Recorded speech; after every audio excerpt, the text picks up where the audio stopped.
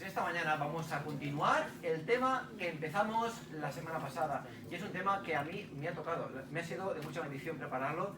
Y no solo bendición, sino también de un toque de atención, de recordar la importancia de la santidad de Dios. Es un tema que nadie realmente está cualificado para hablar.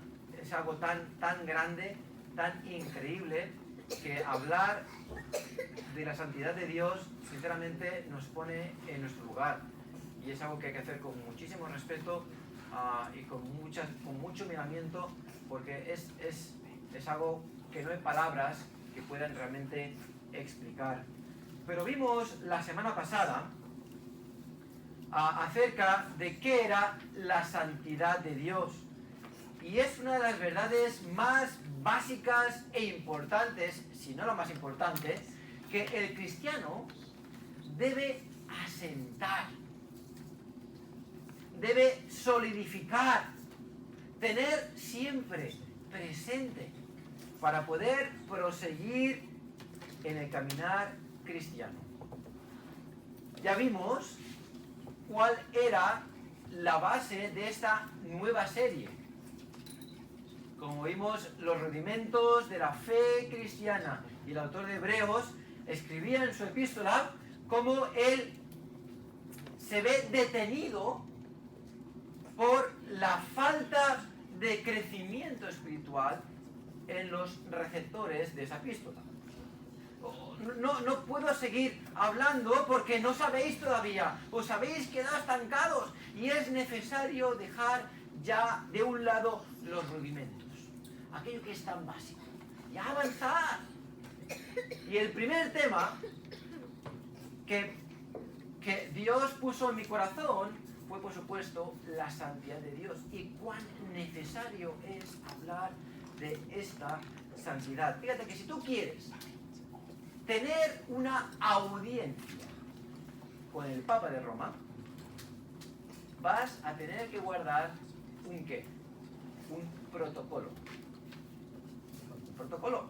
Porque ¿quién es el Papa de Roma? Dicen ellos, por supuesto.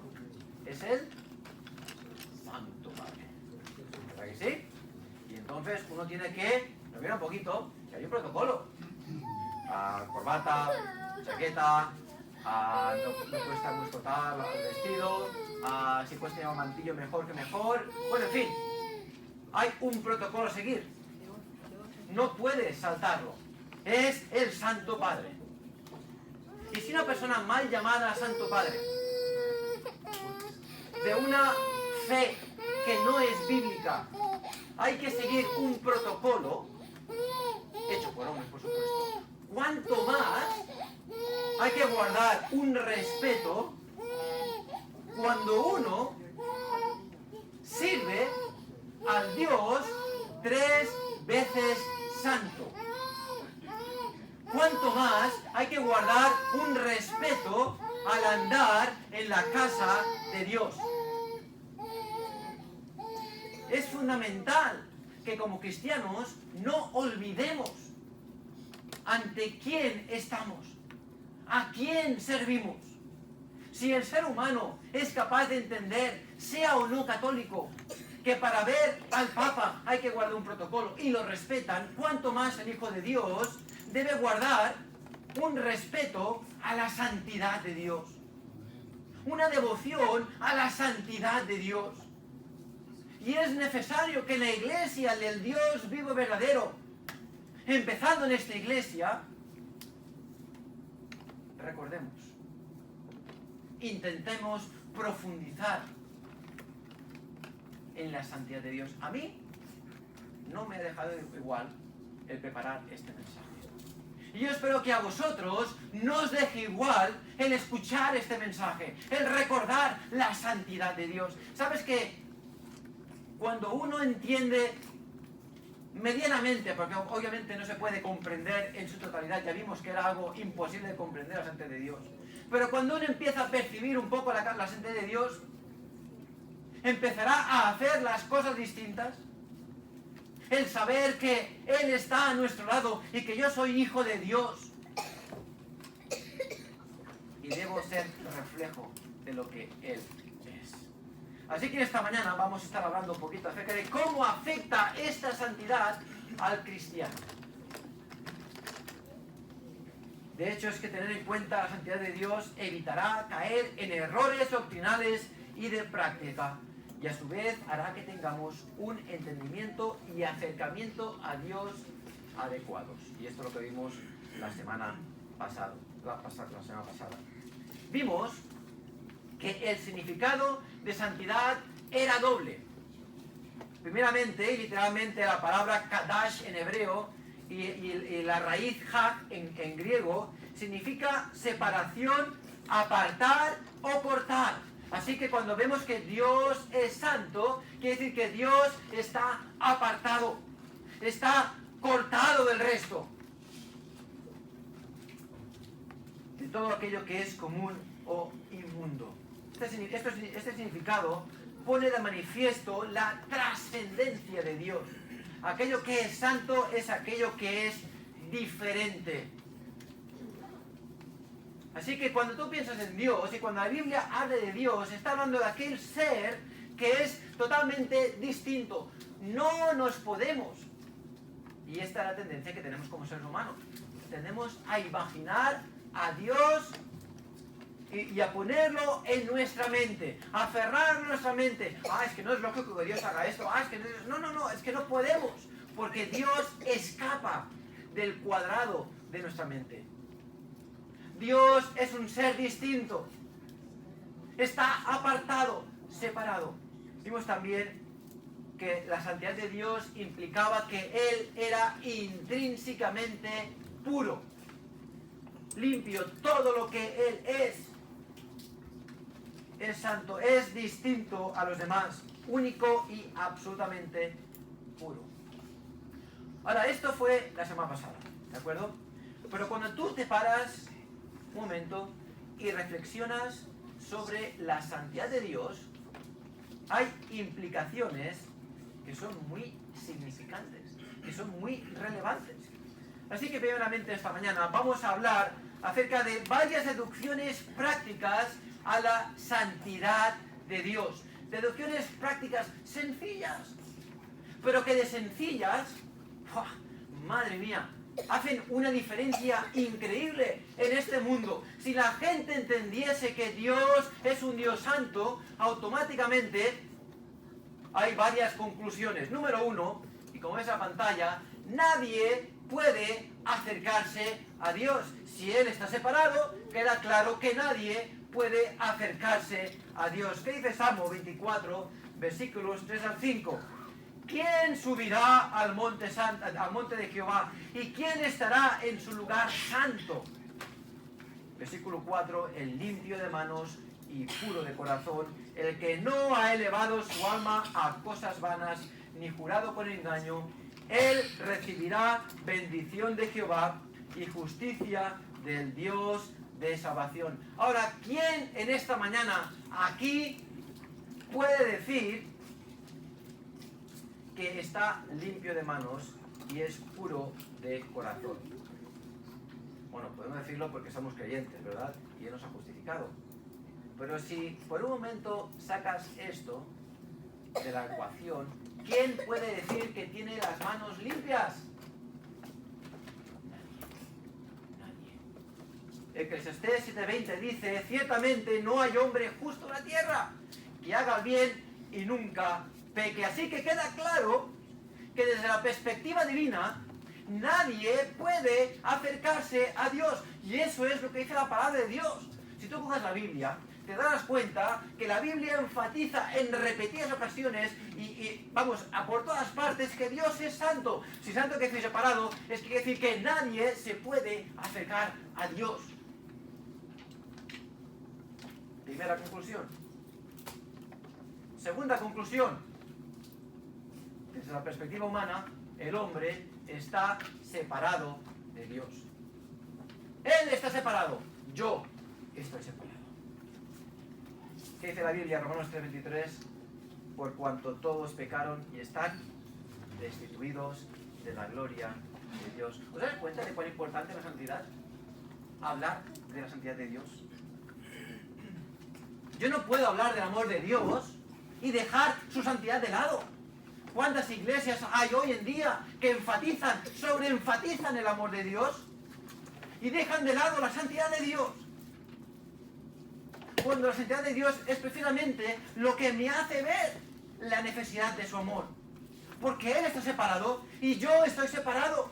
Hay un gran abismo entre Dios y el hombre. Y no puedo relativizarlo. No puedo minimizarlo. Es fundamental entender esta separación. Verdad número 3.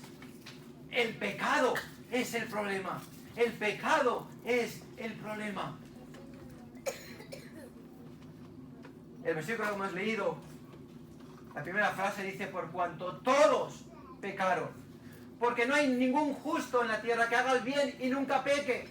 Está clarísimo, todos tenemos pecado. Si Él es santo, libre de maldad, libre de pecado, y yo no me puedo acercar a Dios, ¿por qué motivo? Por el pecado. Todos hemos pecado. Y yo no puedo acercarme a ese Dios santo. Tú intenta. Y ahora más todavía con la pandemia que hemos pasado, o estamos pasando, o estamos saliendo, como quieras ponerlo. Pero cuando estaba todo tan mal, ni siquiera podías entrar al hospital a ver a un familiar que estaba enfermo. No te dejaban. Si tú vas a entrar a un quirófano, obviamente no te dejan. ¿Vale? Mi esposa tuvo la cesárea y yo me tuve que quedar fuera. Siempre estaba con ella en el parto natural. Pero cuando nació mi hijo Elías, que se giró a último momento y fue cesárea así de última hora, no me dejaron entrar. No, mejor que no entres. Y si entras, ¿cómo tienes que ir? Cubierto de ropas limpias, ropas, entre comillas, santas. Tapada tu boca, bien limpio. Hay un protocolo, hablando de protocolos, a seguir para poder entrar, limpiarse las manos. No sé cómo lo hacen, lo he visto en una película. Bien limpia, de verdad que sí. No sé cuántos minutos serán. ¿Para qué? Asegurarse de que no hay ningún germen, no hay ningún virus, nada que entre en el quirófano, porque es muy peligroso. Pues lo mismo, pero exponencial al infinito, para entrar a Dios. Porque no es un quirófano, es la presencia de Dios, es la santidad de Dios. Y nadie puede acercarse a Dios, salvo que tenga las manos limpias, y no hay nadie. ¿Por qué? Porque todos somos pecadores. Es fundamental, es básico. Así que pone a manifiesto la cuarta realidad, que todos tenemos una necesidad, y esa necesidad es que ese pecado, de algún modo, quede hecho, se quede sin poder, se elimine, desaparezca, dejarlo sin efecto. Así que esta es la conclusión a la que llegó un hermano hoy en día, al que tuve el privilegio de llevar a los pies de Cristo. Cuando le explicaba el Evangelio, y él me preguntó: oye, pues entonces yo tengo que quitarme este pecado de encima. Esa es señal de que lo entiendo bien. Cuando se dan cuenta de que su pecado es la razón por la cual no me puedo acercar a Dios. Ahora, ¿quién dice que es pecado y que no es pecado? ¿Lo digo yo? ¿Lo dice el pastor? ¿Lo dice el Papa de Roma? No. Lo dice Dios a través de su palabra. Yo lo pongo. ¿Qué es pecado y qué no es pecado? Yo no lo digo. Yo solo repito lo que aparece en la palabra de Dios. ¿Quién soy yo para decir que es pecado y que no es pecado? ¿Quién soy yo para elegirme de juez? Yo solo doy a conocer lo que la palabra de Dios ya dice. Así que, hermanos, la homosexualidad es pecado. No porque lo digo yo, porque dice la palabra de Dios. Hurtar es pecado. Adulterar es pecado. La fornicación es pecado. Y tantos pecados, hay listas y listas. ¿Por qué? ¿Por qué es pecado? Porque atacan directamente a la santidad de Dios. Él puso esas reglas. Lo cual quiere decir que Dios es santo y todo el resto son pecadores. Y yo no puedo amoldar las reglas de Dios a mi gusto. Ahora, si la gente no quiere obedecerlas, allá ellos. Yo no tengo por qué enfadarme con ellos, no tengo por qué dañarles, no tengo por qué insultarles, no tengo por qué levantar el puño en alto y como se hacía en otras épocas, incluso quemarles en la hoguera. Si tú no quieres hacerlo, allá tú. Romanos 1. Dios los entregó a pasiones que no convienen, a pasiones vergonzosas.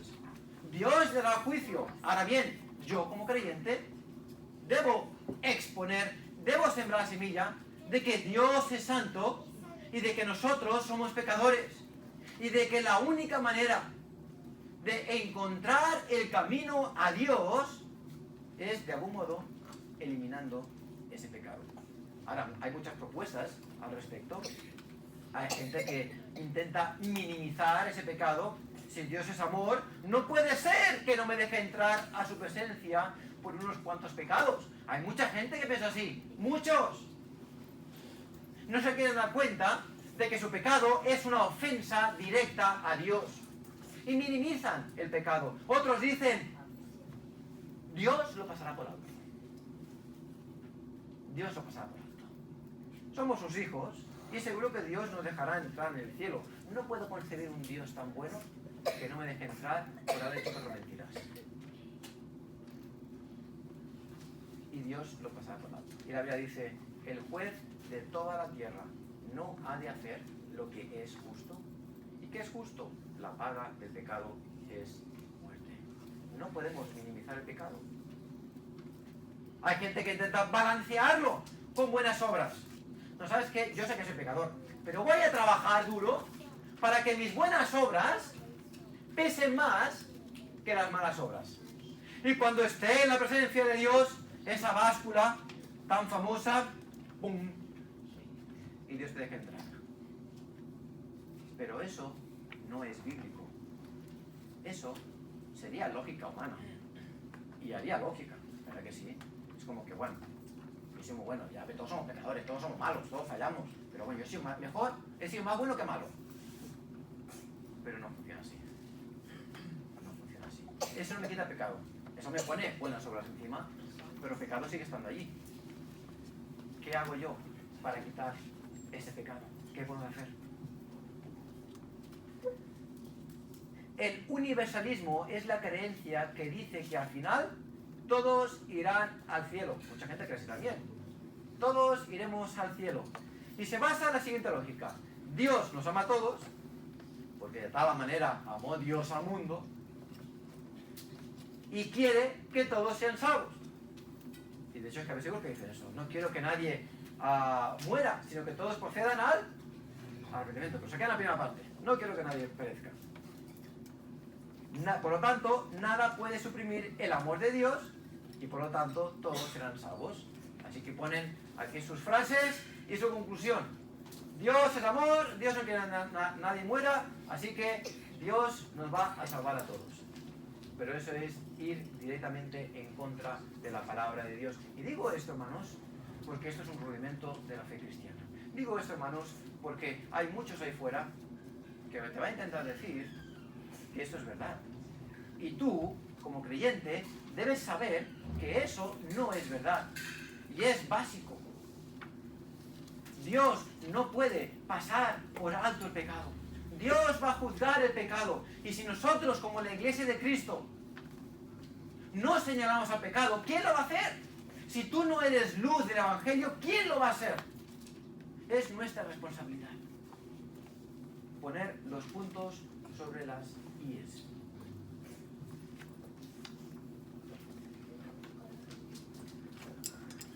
Un escritor, voy a leer aquí una cita, dice: a menudo oigo a cristianos utilizar la expresión hay que aceptar incondicionalmente. Si Dios nos acepta incondicionalmente, nosotros debemos también aceptar a los demás incondicionalmente. Ahora, ¿es eso cierto? ¿Es realidad? ¿Es verdad que Dios acepta incondicionalmente? Para nada.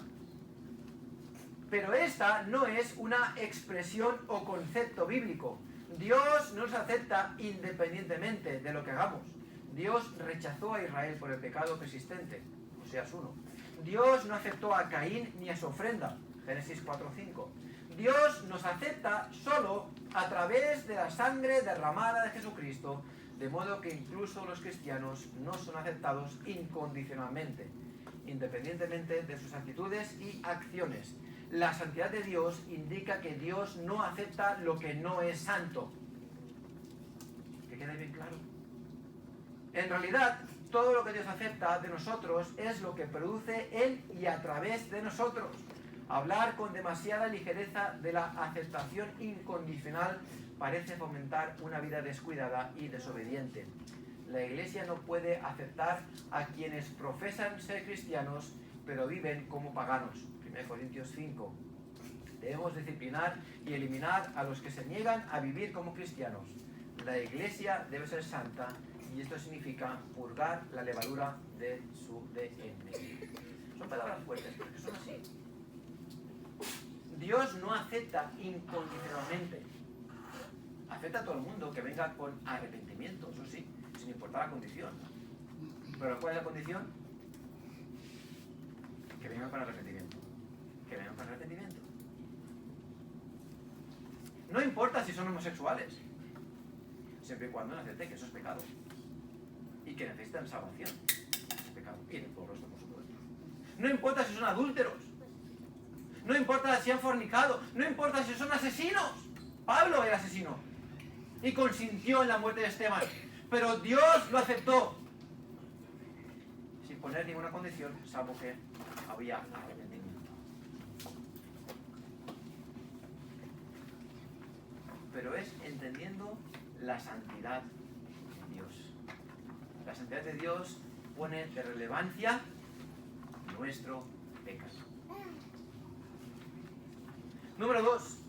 ¿Cuán importante es la santidad de Dios? Fíjate que la Biblia aparece en muchos casos donde la santidad de Dios afecta de modo especial a incluso a buenos, entre comillas, creyentes, a buenos hombres de Dios. Fíjate con Moisés y la santidad de Dios, en Números 20.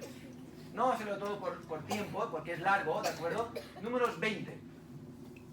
Dice el versículo 8, toma la vara y reúne la congregación tú y Aarón tu hermano y hablad a la peña a vista de ellos. ¿Os acordáis que cuando el pueblo se revela ante Dios y ante Moisés se quejan y Moisés va al pueblo? ¿Qué queréis que haga?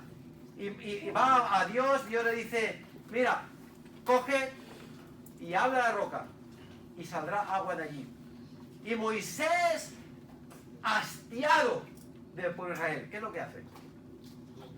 Golpea 2 veces la roca. Estaba airado, dice, toma la vara y reúne una congregación tú y a tu hermano y hablad a la peña a vista de ellos y ella dará su agua y le sacarás aguas de la peña. Versículo 10, y reunieron Moisés y Aarón a la congregación delante de la peña y les dijo, oíd ahora rebeldes, ¿os hemos de hacer salir aguas de esta peña? Entonces alzó Moisés su mano y golpeó la peña con su vara 2 veces y salieron muchas aguas y bebió la congregación y sus bestias. Versículo 12, y Jehová dijo a Moisés y Aarón, por cuanto no creísteis en mí para santificarme delante de los hijos de Israel, por tanto no meteréis esta congregación en la tierra que les he dado. Ahora, ¿quién de vosotros no ha llegado a ese pasaje y lo ha leído, ha dicho, wow, se pasó un poquito, ¿no? Aquí Dios con Moisés, con todo lo que sufrió, y por una vez que mete la pata, no le deja entrar al pueblo, a la tierra prometida? Y yo he pensado sinceramente en mi carne, en mi mente, qué duro, ¿no? Qué fuerte. Solo le digo las 2 veces ahí. Precisamente pone de manifiesto la santidad de Dios. Que si a Moisés,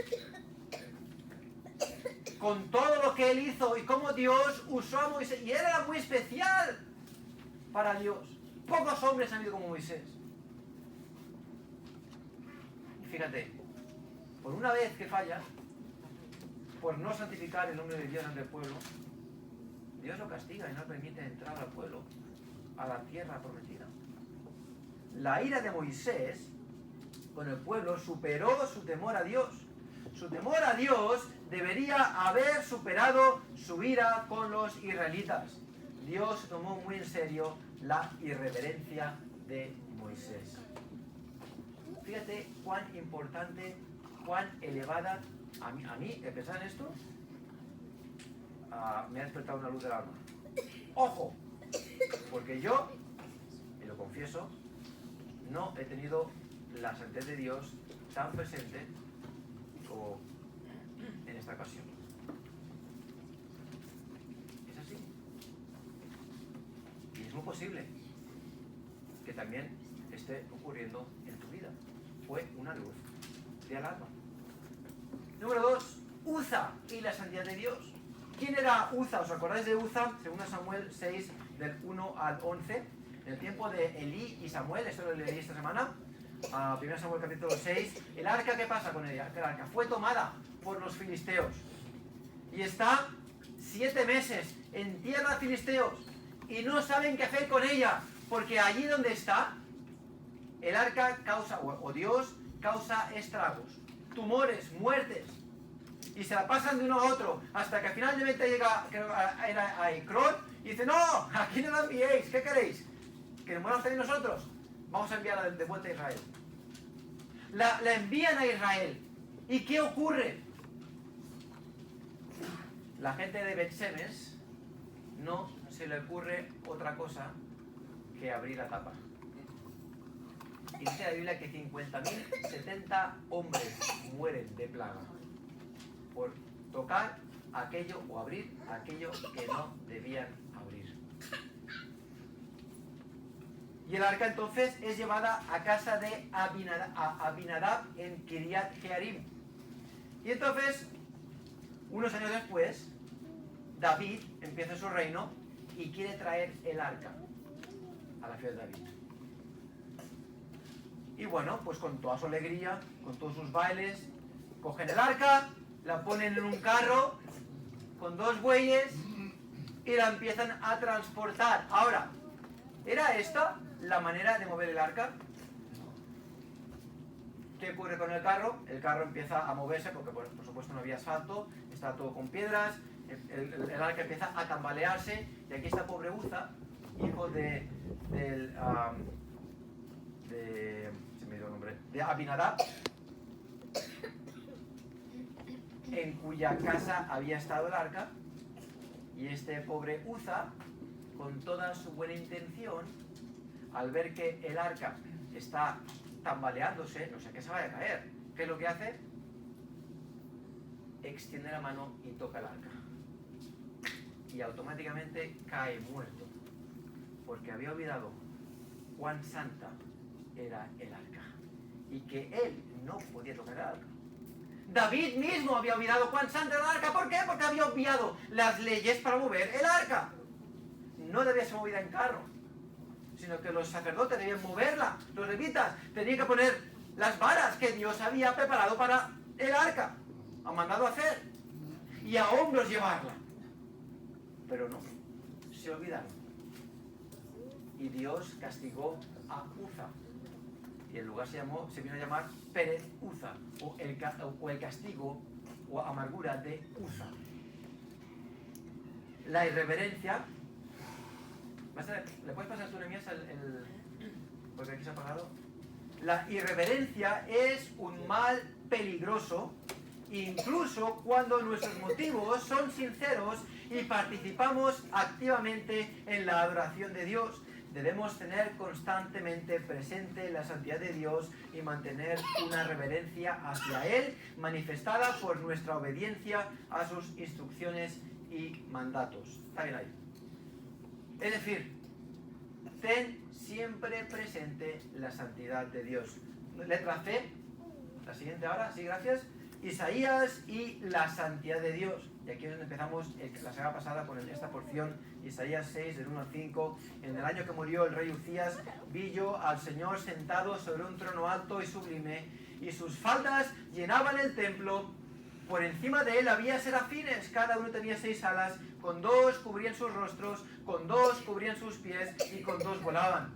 Y el uno al otro daba voces, diciendo, Santo, Santo, Santo, Jehová de los ejércitos. Toda la tierra está llena de su gloria. Y los quiciales de las puertas se estremecieron con la voz del que clamaba, y la casa se llenó de humo. Entonces dije, ay de mí, que soy muerto, porque siendo hombre inmundo de labios, y habitando en medio de pueblo que tiene labios inmundos, han visto mis ojos al Rey, Jehová de los ejércitos. Y Isaías tuvo el privilegio de ver la gloria y la santidad de Dios. Él vio a Dios sentado en el trono. Le vio como los serafines le servían. Y en todo ello, un gran terremoto. La casa se cubrió de humo. Ahora, recuerden que esto es una visión. ¿Habéis intentado alguna vez explicar un sueño? Es como que en vuestra mente está más o menos claro, pero a la hora de traducirlo en palabras, es como casi imposible. Pues esto más o menos lo que ocurre con Isaías, lo que ocurre con Apocalipsis también, estas visiones. Pero Isaías puede ver en revelación la presencia de Dios. Ahora, ¿cuál fue? Voy a dar la siguiente, Nehemías. ¿Cuál fue la respuesta de Isaías?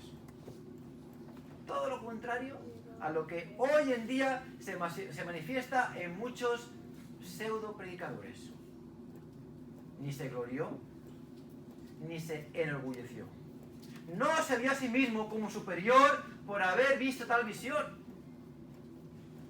Y no son muchos estos televangelistas que han visto a Dios, y Dios se ha revelado y me ha dicho que tal y cual, y lo que tienen es orgullo, y lo que tienen es sencillamente se les va la mosca, se les sube la mosca a la nariz, y yo soy aquí el rey del mambo,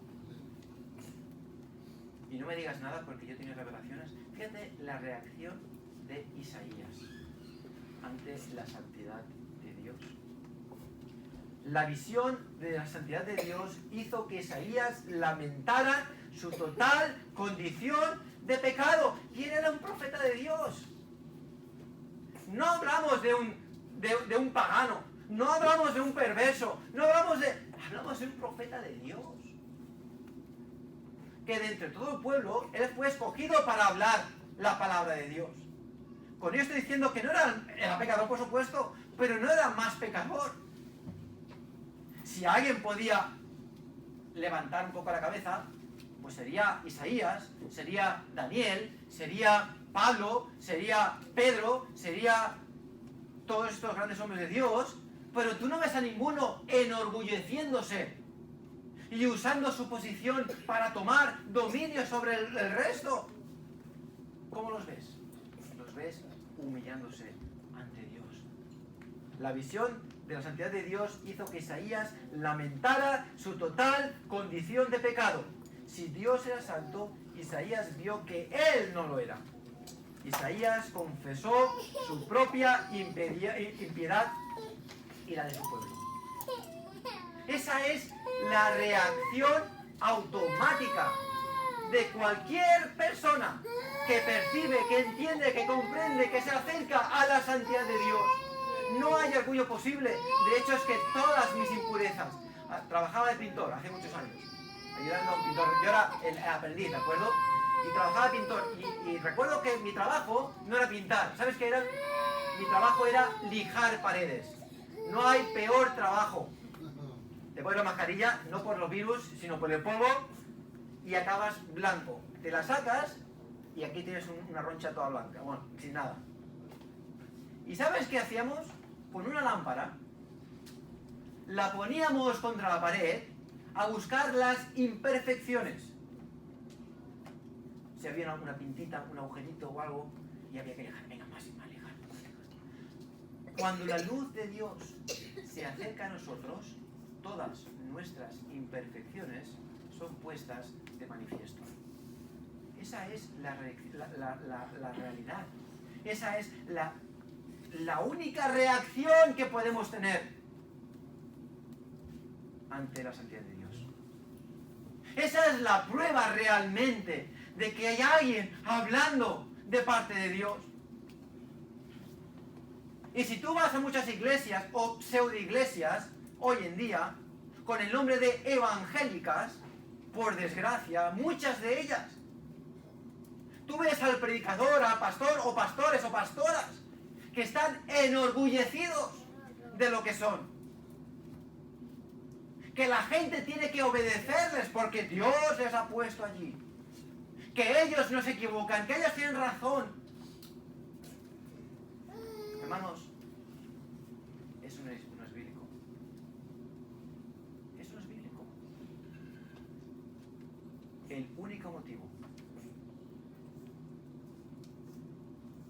por el cual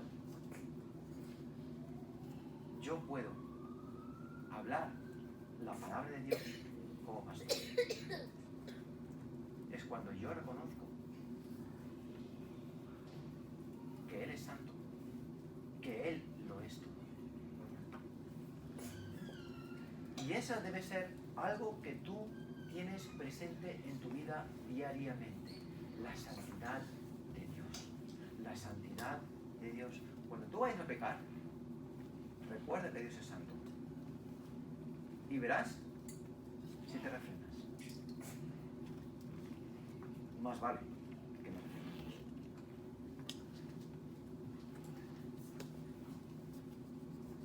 Pedro mismo, no voy a leer ahora por tiempo, pero Pedro mismo, él cuando ve a Jesús hacer un milagro, apártate de mí, porque soy pecador. Y se arrodilla. Aplicaciones prácticas, y con esto acabo. Aplicaciones prácticas. Letra A, santidad que sensibiliza los sentidos al pecado.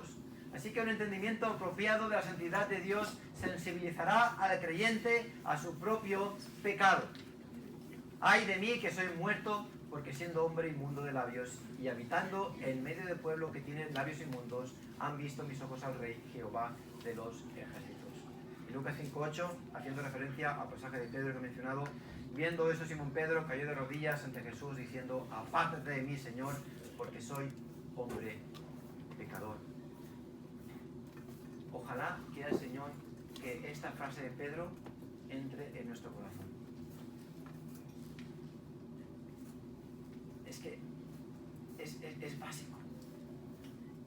Pedro por un momento entendió, vio la santidad de Dios y lo único que puede hacer es apártate de mí, soy pecador.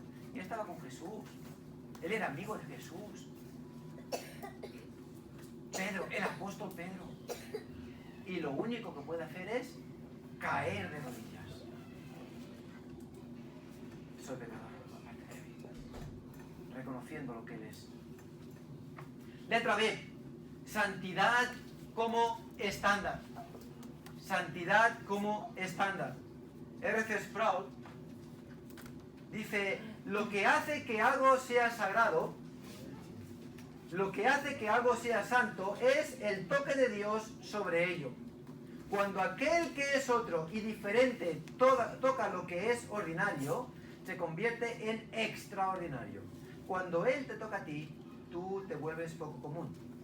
La diferencia entre lo profano y lo santo es la diferencia entre lo común y lo no común, entre lo terrenal y lo celestial. Y cuando tú ves la Biblia, te das cuenta que la santidad de Dios, cuando toca algo, eso que toca, o que se acerca, o que influencia, se vuelve santo. ¿Os acordáis de la zarza ardiendo? ¿Y qué dice Jesús a Moisés? Dios a Moisés, Jehová a Moisés. Quita tu calzado de tus pies, porque el lugar que pisas, santo es. Todo aquello que rodeaba. Estabas entrando a mi presencia. Cuando Dios, por ejemplo, descendió del monte Sinaí, fue separado del resto del campamento. Nadie, excepto Moisés y Josué como ayudante, podía acercarse al monte, podía tocarlo, ni siquiera los animales. Estaba reservado, estaba santificado.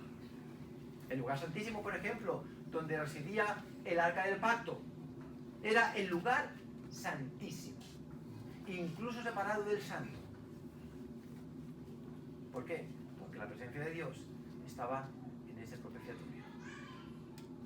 Y para entrar ahí había que hacer una vez al año y varios requisitos. Pero era el lugar santísimo, todo aquello que estaba ahí era santificado. todo lo que Dios toca es influenciado por su santidad. Nosotros somos tocados o hemos sido tocados por Él. Su santidad está en nosotros. Por lo tanto, todo lo que nosotros tocamos debería ser reflejo de esa santidad. Es nuestro testimonio. Es nuestro testimonio.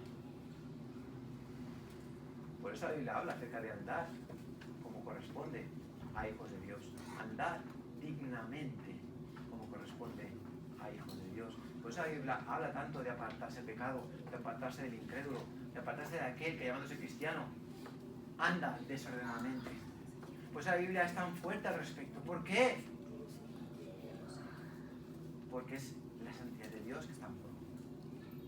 Y nosotros, que hemos sido tocados por Él, debemos también seguir la línea de la santidad. Examina tu vida. Examina tus acciones. Examina tus pensamientos. Y ve si están reflejando, si dan testimonio de la santidad de Dios. Y finalmente, último, santidad que produce respeto. Santidad que produce respeto.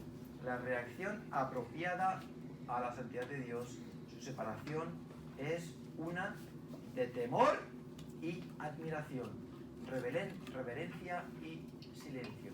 Hermanos, yo sé que en la iglesia se podrían hacer muchas cosas,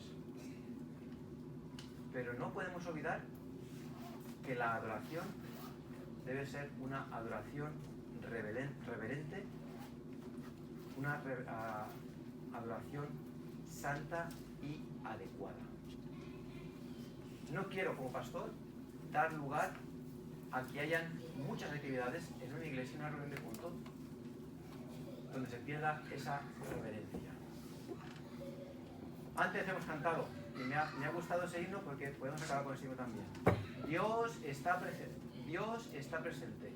Vamos a postrarnos ante Él con reverencia. Mira, Dios no necesita que cantemos con una orquesta. Dios no necesita que tengamos aquí un grupo de adoración. No que esté mal, pero no lo necesita. Lo que Dios quiere es un grupo de creyentes que reconozcan que Dios está presente y que están dispuestos a postrarse ante su presencia. Eso es lo que Dios quiere. El resto son nimiedades, realmente. Es que son realmente innecesarias. No hacen nada más que entorpecer. Porque lo que Dios quiere realmente es un corazón que ante su presencia se arrodille, llore, clame a Dios, le pida su ayuda, haya realmente reverencia y adoración. Habacuc 2:20 dice: mas Jehová está en su santo templo, calle delante de él toda la tierra. Proverbios 1:7: el principio de la sabiduría es el temor de Jehová, los insensatos desprecian la sabiduría y la enseñanza. El temor de Jehová, dice 8:13, Proverbios 8:13, el temor de Jehová es aborrecer el mal. ¿Qué es el mal? Todo lo contrario a la santidad. El temor de Jehová. La santidad de Dios lo que debe hacer en mí es temor. Un temor reverente. Así que cuando tú entras por esta puerta y vienes a adorar a Dios, venimos a adorar a este Dios 3 veces santo, que no tiene nada que ver con el pecado, que está apartado, y Él te ha llamado a ti. Eclesía, llamados fuera de Él. Te ha llamado fuera del mundo para que tú seas santo. ¿Sabes por qué? Porque Él es santo. Sed pues vosotros santos, porque yo, dice el Señor, soy santo. Así que, hermanos, yo espero que esta predicación toque vuestro corazón y que el Señor haga la obra. Que Él transforme nuestras vidas al ver su santidad. Ora a Dios para que te ayude a entenderla. a comprenderla más profundamente, a que haga impacto y mella en ti. Así habrá unidad en la iglesia. Así habrá unidad en las familias. Así la iglesia de Cristo se levantará y tendrá el poder del Espíritu. Cuando reconocemos la santidad